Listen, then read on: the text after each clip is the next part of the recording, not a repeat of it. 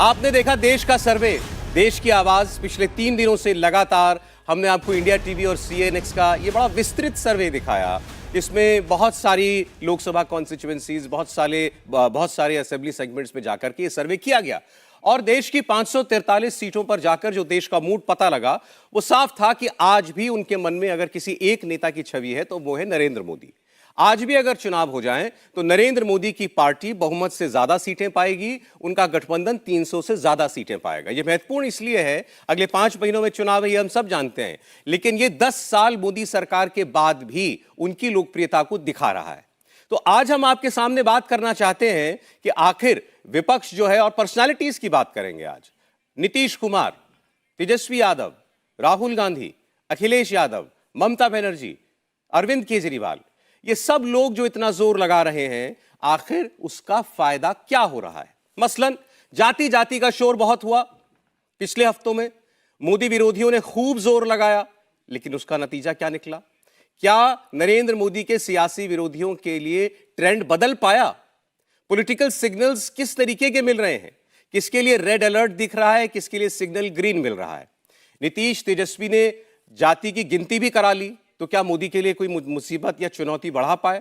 अखिलेश यादव, ममता बनर्जी, किसमें कितनी क्षमता दिखाई दे रही है लोगों को? अगले पिछड़े मोदी के साथ खड़े हैं, राहुल गांधी के साथ खड़े हैं। इस सर्वे से आगे आज हम ट्रेंड्स की रिसर्च की बात करेंगे और वो हम आपके सामने रखने जा रहे हैं। सबसे पहले जरा मेहमानों का स्वागत करना चाहते हैं। हमारे साथ स्टूडियो में मौजूद हैं हर्षवर्धन त्रिपाठी जी, सीनियर जर्नलिस्ट, बहुत स्वागत है हर्षवर्धन जी आपका। राहुल महाजन जी हमारे साथ हैं, बड़े वरिष्ठ पत्रकार हैं। राहुल जी आपका बहुत स्वागत है। और सीएनएक्स से भावेश झा हमारे साथ हैं। भावेश आपका बहुत स्वागत है। अनंत विजय जी हमारे एक मेहमान हमारे साथ थोड़ी देर में ज्वाइन करने जा रहे हैं। तो आज हम उस सर्वे से आगे की बात करेंगे। सर्वे में फिर आपको बता दूं, 315 सीटें एनडीए आज की तारीख में जीतता हुआ दिखाई दे रहा है और बीजेपी अपने दम पर यानी नरेंद्र मोदी 293 सीटें जीत सकते हैं। यह अभी इस सर्वे का नतीजा था। लेकिन आइए जरा कुछ ट्रेंड्स की बात करते हैं। और क्योंकि बिहार में यह जाति का सबसे ज्यादा शोर उठा और उम्मीद उनकी यह है कि यह 2024 तक जाते जाते एक बड़ा मुद्दा बन जाए और मुद्दा ये इतना हावी हो जाए कि नरेंद्र मोदी का नेशनलिज्म, राष्ट्रवाद, या नरेंद्र मोदी का हिंदुत्व, या Narendra Modi as a leader उनकी जो छवि है उसके ऊपर ये भारी पड़ जाए। तो मैं आपके सामने सबसे पहले बिहार का ही ट्रेंड रख रहा हूं और आज पहले नेता जिनकी हम बात करेंगे वो हैं नीतीश कुमार। तो ये देखिए, ये नीतीश कुमार का के लिए जो ट्रेंड हमें दिखाई दिया, सीधे सीधे रेड सिग्नल दिखाई दे रहा है नीतीश कुमार के लिए, उनकी पॉलिटिक्स के लिए, उनकी राजनीति के लिए और उनकी जाति वाली सोच के लिए। क्योंकि बिहार की 40 सीटों में से हमारे सर्वे के मुताबिक नीतीश कुमार मात्र 7 सीट जीतते हुए दिखाई दे रहे हैं।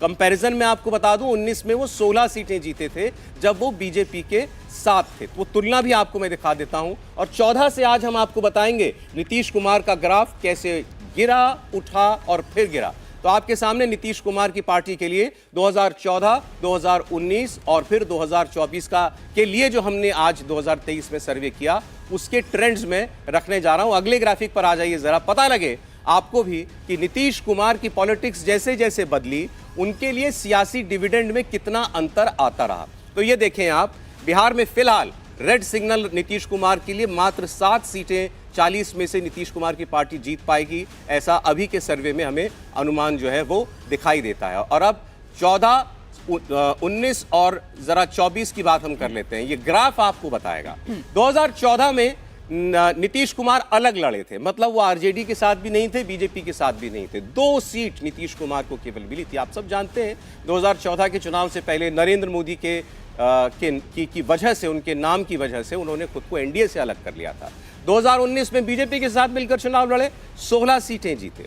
आज वो महागठबंधन का हिस्सा है, बीजेपी से अलग है। आज की तारीख में वो 7 सीटें जीतते हुए आपको दिखाई देते हैं। यानी सीधे सीधे 9 सीटों का नुकसान जो है वो नीतीश कुमार के लिए आपको होता हुआ दिखाई दे रहा है। तो ये नीतीश कुमार के लिए जो ट्रेंड है वो बड़ा क्लियर है और उसमें बड़ा साफ संकेत उनके लिए भी है कि किसके साथ रहने पर उनको फायदा होता है और उससे जुदा होने पर कितना नुकसान उनको होता है। ये बात हर्षवर्धन जी आज हमने इसलिए उठाई क्योंकि ये सारा सर्वे वो जाति वाली जितना शोर था उसके बाद हुआ, जाति सर्वे का नतीजा आने के बाद हुआ। लेकिन जाति कोई महत्वपूर्ण मुद्दा अगर है तो कम से कम इस सर्वे में तो दिखाई नहीं देता।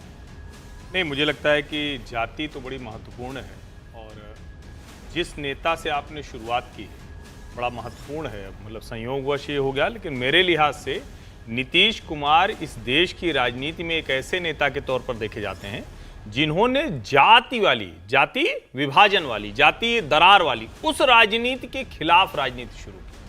ये वो नेता हैं जिन्होंने बिहार में, जब लालू प्रसाद यादव ने कहा कि नहीं जाति के अलावा और कोई बात हो नहीं सकती, और शायद उस वक्त तो बात सही रही होगी कि एक सामंती मानसिकता रही हो, कुछ जातियां ऐसी रही हो जो किसी के ऊपर अत्याचार करती हो या किसी को दबाती हो, और वही वजह रही कि 15 वर्ष तक लगातार लालू जी का राज रहा।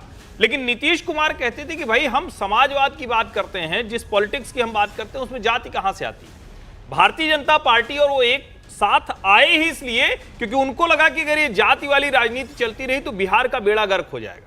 दुर्भाग्य देखिए कि 2005 में जब पहली बार पूर्ण बहुमत की सरकार में आए, नीतीश कुमार की सरकार 5 से 10 में जो शानदार काम किया कि बिहार में उनके राज को सुशासन राज कहा जाने लगा। क्यों? क्योंकि अपहरण बंद हो गया, छिनैती बंद हो गई, कोई एजेंसी से गाड़ियां उठना बंद हो गई, रात में 6 बजे एक बार लड़कियां घर से निकलने में डर लगता था, वो सब बंद हो गया।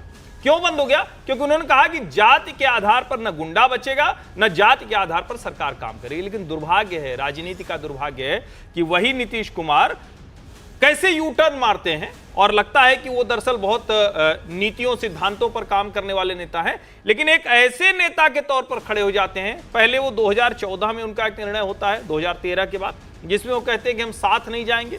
फिर उसके बाद बिहार की, आपको याद होगी, बिहार की मदद भेजी थी बिहार के लिए नरेंद्र मोदी ने, उसको उन्होंने ठुकरा दिया। और एक ऐसे नेता के तौर पर दिखे जो अपनी किसी, अब उसको महत्वाकांक्षा कहें, कुंठा कहें या अपने अंदर की कोई जकड़ कहें, उसमें वो फंस गए।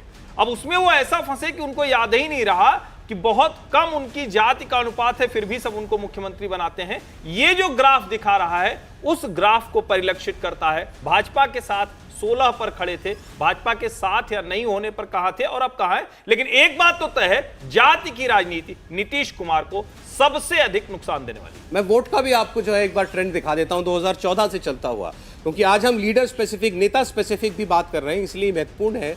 आप देखिए कि नीतीश कुमार का लोगों के बीच में कितना जनाधार है। हम लोग सब चर्चा करते हैं ना, अगर जाति की बात करें तो जिस जाति से तो वो आते हैं वो 2.5% है बिहार के अंदर।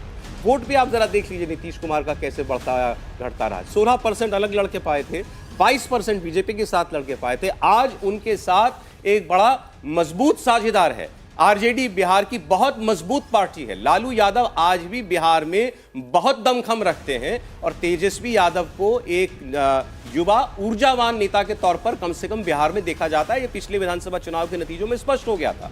लेकिन उसके बावजूद नीतीश कुमार का वोट कहीं नहीं उठ रहा है। 17% पर नीतीश कुमार खड़े हैं आज, जब वो महागठबंधन का हिस्सा है उसके बावजूद। तो ये नीतीश कुमार की राजनीति में सारे एक्सपेरिमेंट कर लेने के बाद, राइट पे रहकर, लेफ्ट अगर आप कह लें, क्योंकि इसमें लेफ्ट की पार्टियां भी होती हैं, या जाति वाली सोच वाली पार्टियां, या जिनको हर्षवर्धन जी ने कहा जाति विभाजन करने वाली पार्टियों के साथ रहकर भी वो 17% से आगे नहीं बढ़ पा रहे हैं। राहुल महाजन जी, अब बात तो होती थी नीतीश कुमार इतने सीजन्ड नेता हैं कि देश में वो एक प्रधानमंत्री का चेहरा के तौर पर उभर सकते हैं, और शायद ये उनकी महत्वाकांक्षा रही। वो बोलते नहीं हैं लेकिन उनके सहयोगी खुलकर बोलते हैं। 17% का जनाधार है। देखिए, एक बात तो नीतीश कुमार के बारे में सब जानते हैं कि वो सर्वाइवर हैं। चाहे वो फिर बीजेपी के साथ आके सर्वाइव करें या जेडीयू के साथ आके सर्वाइव करें या जैसे भी सर्वाइव करें, वो सर्वाइवर नेता हैं और ये हमने देखा है। अब जैसा कि मेरे सहयोगी बोल रहे थे कि नीतीश कुमार ने, जहाँ तक एडमिनिस्ट्रेशन का काम है, ये माना जाता है कि नीतीश कुमार एक अच्छे एडमिनिस्ट्रेटर हैं। अगर हम उनके, ये आज भी मानते हैं, मैं मानता हूं कि वो अच्छे जो है एडमिनिस्ट्रेटर रहे हैं। अब वो पॉलिटिकल कारणों से चीज़ें बदल जाएं या उनको कोई कॉम्प्रोमाइज़ करने पड़े, ये अलग बात है। लेकिन अगर हम उनके रेलवे मंत्री, केंद्र में रेलवे मंत्री का पूरा जो टेन्योर है वो देखें, तो उन्होंने जिस तरह से रेलवे को सुधारा था वो अपने आप में एग्जाम्पल था। चाहे वो तत्काल की टिकट बुक करना हो या बाकी सब टाइम पे रेल का आना हो, ये सब चीज़ें उन्होंने की थी। जहाँ तक बिहार का सवाल है, बिहार में राजनीति जो है वो, जैसे अब हम कहें कि वो राजनीति जो है अलग तरह की है, उसमें जाति आ जाती है या बाकी सब चीज़ें आती हैं, और अपने आप नीतीश कुमार को, अपने पार्टी को भी सर्वाइव करके रखना है। ये उनकी मजबूरियां हो सकती हैं कि वो किस पार्टी के साथ जाएं, कैसे जाएं। हमने यहीं पर कल भी एक चर्चा की थी कि जो वोट शेयर है, जब मैंने वोट शेयर की बात की थी तो एक सहयोगी ने कहा था कि वोट शेयर हमें इतना नहीं देखना चाहिए जितना हमें ये देखना चाहिए परसेप्शन क्या होगी, किस तरह से वोट जाएगा, ये सब बातें हो रही थी। तो आज जिस तरह का गठबंधन वहाँ बन रहा है, नीतीश जेडीयू आरजेडी कांग्रेस, जिस तरह का गठबंधन बन रहा है, क्या हम इस बात को नकार सकते हैं कि ये एक बड़ा मजबूत गठबंधन है जो कि बीजेपी को चुनौती दे सकता है? ये आपकी नजर में आज भी नीतीश कुमार रिलेवेंट हैं? बिहार में आज भी उनका जनाधार है? देखिए, अभी भी हम ये मानेंगे कि नीतीश कुमार ने लॉ एंड ऑर्डर की स्थिति को बेहतर किया था। क्या हम ये नहीं मानेंगे कि इलेक्ट्रिसिटी की स्थिति को बेहतर किया था? क्या हम ये नहीं मानेंगे कि उन्होंने लिकर बैन किया? क्या हम ये नहीं मानेंगे कि उन्होंने रोड की स्थिति को बेहतर किया? तो आप नीतीश कुमार को देश की राजनीति से रूल आउट नहीं कर रहे? मैं रूल आउट बिल्कुल नहीं कर। लेकिन सौरभ जी, राहुल जी बड़ी रोचक बात कर रहे हैं। वो सब बात में कह रहे हैं किया था, तो था पर बहुत ज्यादा जोर है। और मैं मतलब कॉन्ट्राडिक्ट नहीं कर रहा हूं, लेकिन होता क्या है कि कई बार हम अपने मन में भी इच्छा रखते हैं। जैसे मेरी भी इच्छा होती है नीतीश कुमार जैसे नेता देश की राजनीति में होने चाहिए, जिनका परिवार नहीं है, जो निजी तौर पर भ्रष्ट नहीं है, जो निजी तौर पर जातिवादी राजनीति नहीं करते थे। लेकिन जब वो नेता गड़बड़ाता है तो पीड़ा ज्यादा देता है। बिहार के लोगों को बहुत उम्मीद थी, और इसीलिए मैं कह रहा हूं कि जो मत प्रतिशत अभी 17% दिख रहा है, ये मत प्रतिशत 10 के आसपास कहीं आएगा या उससे भी नीचे जाएगा, क्योंकि नीतीश कुमार की जो साख थी वो खत्म हुई है। जाति वोट ये भी आपको ओवर एस्टिमेट लग रहा है। मैं ये भी कहता हूं आरजेडी की भी साख खत्म हो गई, लेकिन आरजेडी वापस। मैं इसको जरा कॉन्टेक्स्ट दूं, आज हम लोग बात कर रहे हैं। देखिए, हमारे साथ यहाँ बहुत सारे यंगस्टर्स बैठे हुए हैं, ये जाएंगे, और बहुत सारे मीडिया स्टूडेंट्स हैं जाएंगे, ये भी हमारे आपके जैसा ही काम करेंगे कुछ वर्षों के बाद। मैंने इनसे भी पूछा जब मैं प्रोग्राम में आया कि भाई ये जाति की पॉलिटिक्स, जाति का सर्वे करा लो, ओबीसी के कितने हैं, इस कास्ट के कितने, उस कास्ट के कितने, ये आपको आपके लिए रेलेवेंट है क्या? इससे आप अपने आप को जोड़ पाते हैं, एसोसिएट कर पाते हैं क्या? मैं अभी फिर पूछूंगा, जब मैं अभी आंकड़े और दिखा दूं तो आपको उसका जवाब मिलेगा। इसीलिए आज हम ये बात कर रहे हैं कि ये विपक्ष जिस किस्म की पॉलिटिक्स कर रहा है, और दूसरी तरफ नरेंद्र मोदी की पिच क्या है। नरेंद्र मोदी जो G20 कराते हैं, नरेंद्र मोदी जो स्टेट गेस्ट बन के व्हाइट हाउस जाते हैं, नरेंद्र मोदी जिस किस्म की वेलफेयर स्कीम्स लेकर के आ रहे हैं, वो तमाम बातें। तो आज हम उस कॉन्ट्रास्ट पर बात करने जा रहे हैं। आरजेडी का जरा सर्वे दिखा दीजिए। आरजेडी के बारे में, आरजेडी के लालू यादव आज एक्टिव हैं बहुत। वैसे तो वो इस वक्त उनकी सजा का ही पीरियड चल रहा है, लेकिन वो बेल पर बाहर हैं। उनके बेटे जो हैं, उनके पार्टी लगभग उनके हाथ में, तेजस्वी यादव के हाथ में है। तो क्या सिग्नल दिखाई देता है इस सर्वे के बाद आरजेडी के लिए? आइए हम आपको वो दिखा दें। जो ट्रेंड बता रहा है वो क्या सिग्नल दिखा रहा है? रेड दिखा रहा है, ग्रीन दिखा रहा है, या ऑरेंज दिखा रहा है? मतलब संभल के चलें, अभी परिस्थिति उतनी बिगड़ी नहीं है। तो आप जरा आरजेडी के लिए जो ट्रेंड है वो स्क्रीन पर डालें आप। आरजेडी के लिए हमने आपको बताया था कि 7 सीटें तेजस्वी यादव जो हैं उनकी पार्टी जीतती हुई दिखाई दे रही है। इनको हमने ऑरेंज कैटेगरी में रखा है। उसकी वजह यह है कि अगर आप इसकी सीधी तुलना 2019 के साथ करेंगे तो उनके लिए पॉजिटिव ही पॉजिटिव है। 2019 में तेजस्वी यादव की पार्टी साफ हो गई थी, लालू यादव की पार्टी फिनिश हो गई थी। लोकसभा की मैं बात कर रहा हूं, केवल एक भी सीट उनको नहीं मिली थी। लेकिन अब वो गठबंधन में आने के बाद 7 सीटों पर हमें जीतते हुए दिखाई दे रहे हैं। इसीलिए हम कह रहे हैं कि उनके लिए सिग्नल जो है वो अभी सावधानी से चलने वाला सिग्नल है। तो तेजस्वी यादव के लिए क्या फैक्टर काम कर रहा है, इस पर आगे हम लोग बात करेंगे। और जो ग्राफिक हैं और जो डिटेल है इससे जुड़ी हुई बिहार के लिए, वो भी अब दिखा दीजिए। कंपैरिजन भी हम लोग दिखा देते हैं 14, 19 और 24 वाला। आरजेडी की एक खासियत है इस पार्टी की, इस पार्टी ने कभी नरेंद्र मोदी की या बीजेपी आरएसएस की पॉलिटिक्स के साथ खुद को जोड़कर कोई एक्सपेरिमेंट नहीं किया। तो उसका नतीजा यह है, 14 में 4 सीट जीते थे, 19 में साफ हो गए थे, और 24 में अब जब चुनाव होगा तो आज की परिस्थिति में आंकलन है कि उनको 7 सीटें मिलती हुई जो हैं वो दिखाई दे रही हैं। वोट शेयर भी दिखा देते हैं हम आपको, वोट शेयर का ट्रेंड कैसे दिखाई दे रहा है पिछले 2 चुनाव में और आज के सर्वे के अंदर। तो वो वोट शेयर का ट्रेंड जो है वो आपको दिखाई देगा कि 14 में 20% वोट मिला, 19 में 15%, और अब वो फिर अपनी 14 वाली परिस्थिति पर आकर के खड़ी होती हुई दिखाई दे रही है। भावेश, बिहार की डोमिनेंट पार्टी है, हम सब जानते हैं। बिहार की पॉलिटिक्स जो है वो क्या लालू यादव के एजेंडे के इर्द गिर्द ही घूमती है? कह सकते हैं इस तरह कि लालू यादव ने 2015 में एक एक्सपेरिमेंट किया था, जब बिहार की पूरी जो इलेक्टोरल कैंपेन था उसको बदल दिया था, जिसमें उन्होंने अगड़ा वर्सेस पिछड़ा बना दिया था। उसी के इर्द गिर्द चुनाव घूमती रही और बीजेपी उस जाल में फंस के हार गई थी। लेकिन देखिए, इससे पीछे आप देखिए आरजेडी की भी स्थिति कोई बहुत बढ़िया नहीं थी। 2005 से लेकर 2015 तक लगातार आरजेडी चुनाव हारी है। 2005 में हारी है, 2009 में हारी है, 2010 में हारी है, फिर 2014 में हारी है। 2015 में जो नीतीश कुमार के साथ जाने से अगड़ा वर्सेस पिछड़ा जो चुनाव हो, उसके बाद उनको एक संजीवनी मिली, उसके बाद वो आगे आए। उसके बाद देखिए तो तेजस्वी यादव एक बड़े नेता बन के उभरे हैं, जो लालू यादव के साथ जो नेगेटिविटी जुड़ी हुई थी उसको दूर कर रहे हैं, उसको दूर करने की कोशिश की। और लगातार आप देखेंगे 2020 चुनाव में भी उन्होंने किसी भी कटआउट में, किसी भी पोस्टर में लालू यादव का कैंपेन, उनका फोटो यूज नहीं किया, जिससे कुछ यूथ अटैक्ट हुए थे।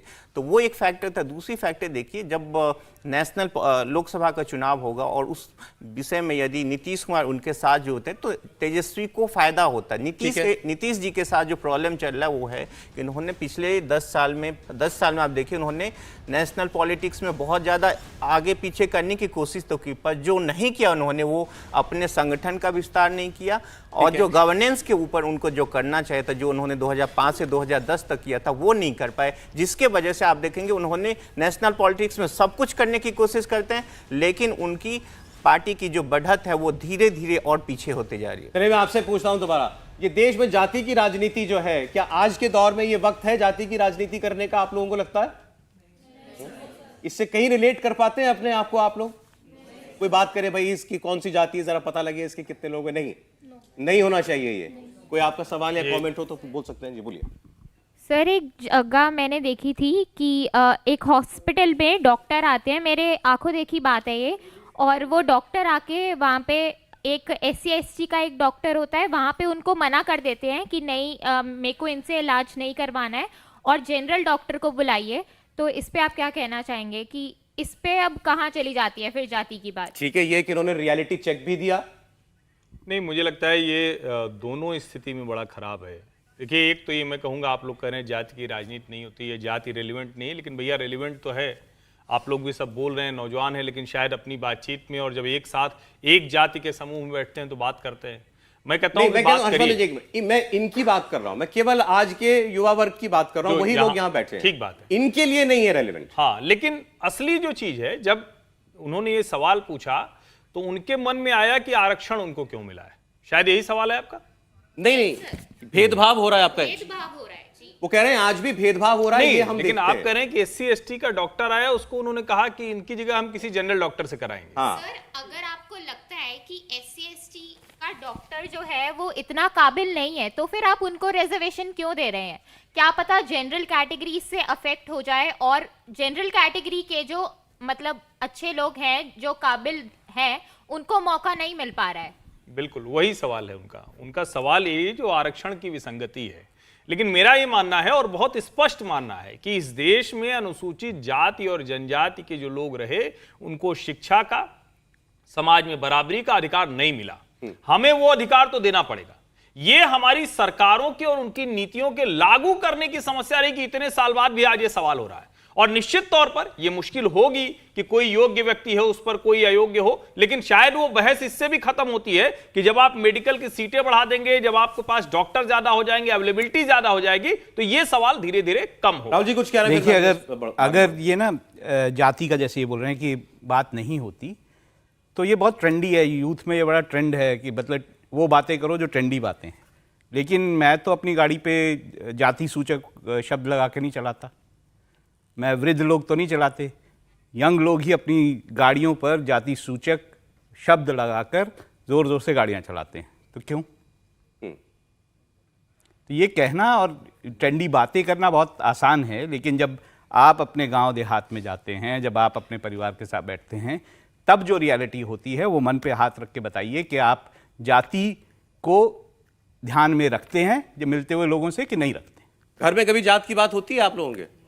नहीं कभी, मतलब मैं नेगेटिव सेंस में नहीं कह रहा हूं, लेकिन आपकी अपनी आइडेंटिटी को अपनी कास्ट से एसोसिएट करके कभी चर्चा होती है कि नहीं होती है? होती है। चलें, ये भी एक बात नहीं है। लेकिन सौरभ जी, मुझे लगता है कम से कम हम लोग तो जाति की चर्चा नहीं सुनी, हमने भी बड़े होते हुए नहीं सुना, और हमारी भी दोनों बेटियां हैं, हम लोगों के भी घर में है, कभी जाति को लेकर चर्चा नहीं होती। हाँ, सवाल कभी कभी असहज करने वाले आते हैं, वो ठीक बात है कि जब वो स्कूल में होते हैं या कुछ बातचीत हुई तो वो सवाल आते हैं, लेकिन जाति की चर्चा घर में न्यूनतम हुई है। क्या इससे फिर बढ़ेगी, ये सवाल। अब देखिए आपने यहाँ नौजवानों का रिएक्शन भी देख लिया और हम बात जो कर रहे हैं कि जाति की राजनीति कितनी रेलेवेंट है, जिस पर आज सारा विपक्ष जो है इतना जोर दे रहा है। अब आप जरा यूपी की बात भी कर लेते हैं बिहार। आपको अखिलेश यादव का ग्राफ भी दिखा देते हैं। अखिलेश यादव के लिए क्या सिग्नल लेकर के आया है ये सर्वे। अखिलेश यादव जो है इस वक्त प्रमुख विपक्षी पार्टी है उत्तर प्रदेश में। मायावती जी का जो जनाधार था, उनको जो उनका एब्सोल्यूट जो कोर वोट है वो भले उनके साथ हो, लेकिन वो उतनी ताकत के साथ आज उतनी रेलेवेंट नहीं है जितना अखिलेश यादव है। लेकिन अखिलेश यादव के लिए आप देखिए लाल बत्ती आपको जलती हुई दिखाई देगी, क्योंकि आज की हालत ये हो गई है उनकी कि 4 सीटें आज के दौर में अखिलेश यादव जीतते हुए दिखाई दे रहे हैं। मुझे याद दिला देंगे राहुल जी, मुलायम सिंह जी की दौर में 2004 के बाद कितनी सीटें आई थी? मेरे ख्याल में 30 से ज्यादा सीटें थी उस वक्त, एक वो दौर था। और आज आप अखिलेश यादव जब पार्टी के नेता हैं तो 4 सीट मात्र पर अखिलेश यादव सिमटते हुए दिखाई दे रहे हैं। अब जरा देख लीजिए ट्रेंड क्या दिख रहा है 14 से 14, 19, 24। इस बीच में अखिलेश यादव मुख्यमंत्री भी रहे, ये भी याद रखिएगा। 2012 से 2017 तक अखिलेश यादव मुख्यमंत्री भी थे, तो जनता ने उनको चुना। हालांकि उस वक्त मुलायम सिंह जी थे और मुलायम सिंह जी कैंपेन को लीड कर रहे थे, लेकिन अखिलेश यादव उसका युवा चेहरा थे उस दौर का, और वो मुख्यमंत्री बने। ये देखिए 5, 5, 4, यानी नरेंद्र मोदी की एंट्री हुई या नरेंद्र मोदी जो एजेंडा लेकर के आए 2014 से, उसके बाद से यही इसी ग्राफ के आसपास वो घूमते रहे। 14 में 5, 19 में 5 और फिर 4 सीटें जो मात्र हैं आज की हालत में मिलती दिखती हैं। और वही ट्रेंड आपको उनको दिखाई देगा लगभग वोट शेयर में भी। 14 में 22%, 19 में 18% जब वो और मायावती मिलकर के लड़े थे। और आज मायावती जी तो अलग है, लेकिन वो गठबंधन का हिस्सा कांग्रेस पार्टी के साथ हैं, तो 25% पर हैं। 25% वोट क्या समाजवादी पार्टी के लिए, जैसा मैंने आपको बताया, प्रमुख दल के लिए क्या इसको किस तरीके से हम समझें? और उनकी वो भी यही मांग कर रहे हैं कि जाति की जनगणना जो है वो होनी चाहिए उत्तर प्रदेश के अंदर।